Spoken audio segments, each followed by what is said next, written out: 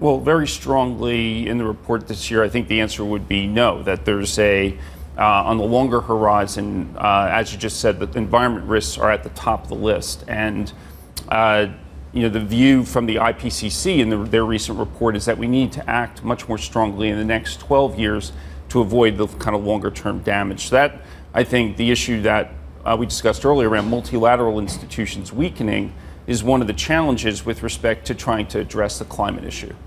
You've also referred to an infrastructure, a lack of infrastructure spend when it pertains to effectively responding to these climate change challenges. And one of the numbers that you put out is that by 2040, the investment gap in global infrastructure is forecast to reach $18 trillion against a projected requirement of $97 trillion. These are huge, huge numbers. And how seriously do you think companies and governments are beginning to look at some of these threats? And do you detect any willingness on their part to actually start allocating more towards infrastructure?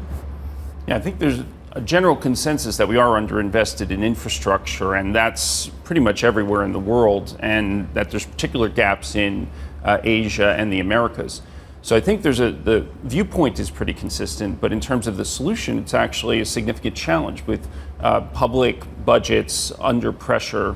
You have to kind of look to the private sector. So I think there needs to be new financing solutions which blend public sector and private sector financing and provide the right type of structure so there's enough incentive for private investment capital to come in as a partner. And I think there have been some examples of that, but I think there needs to be more thinking around the solutions that are going to attract private investment capital. And one of the other characteristics of 2018 was that it was also a year of an increasing number of cybersecurity attacks, as well as cyber espionage and threats from a geopolitical standpoint. How resilient do you think the system is now to respond to the potential increasing amount of security threats that pose themselves? Well, there's been a significant investment in cybersecurity over the last few years, but one of the challenges with cyber as a risk is that you have an active adversary. So just as you build the defense against one set of attack strategies, a new set emerges. And it's a very dynamic risk. There needs to be continued attention and investment. And I think right now, innovation in technology is outpacing the risk governance in technology. And so you do have the challenge of new technologies coming out that create a new cyber attack surface, like artificial intelligence, and then new defenses have to be constructed. And I think there's openings that are created for attackers whenever there's new and innovative technologies. And so I think it's a real challenge.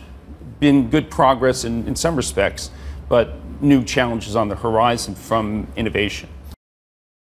Hi, I'm Joanna Bersecci, and thank you for watching. You can check out more of our videos by clicking on the boxes on the screen. And don't forget to subscribe to our channel for more from CNBC International. Thank you for watching.